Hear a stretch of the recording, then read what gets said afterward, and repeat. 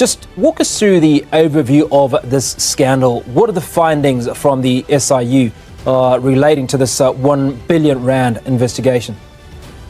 So the SIU, this is an article that was ran in the Sowetan Live, so I became aware of it.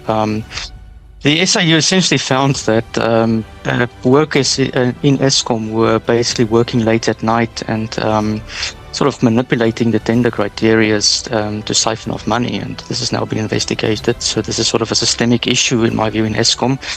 And personally, I'm kind of glad that there's some level of accountability being taken. Although they say one employer resigned preemptively. And, I just have news for him. If you have committed fraud or anything of these allegations, then resignation does not, exonerate you. You will still be charged and you can still be locked up, if this ends up being prosecuted.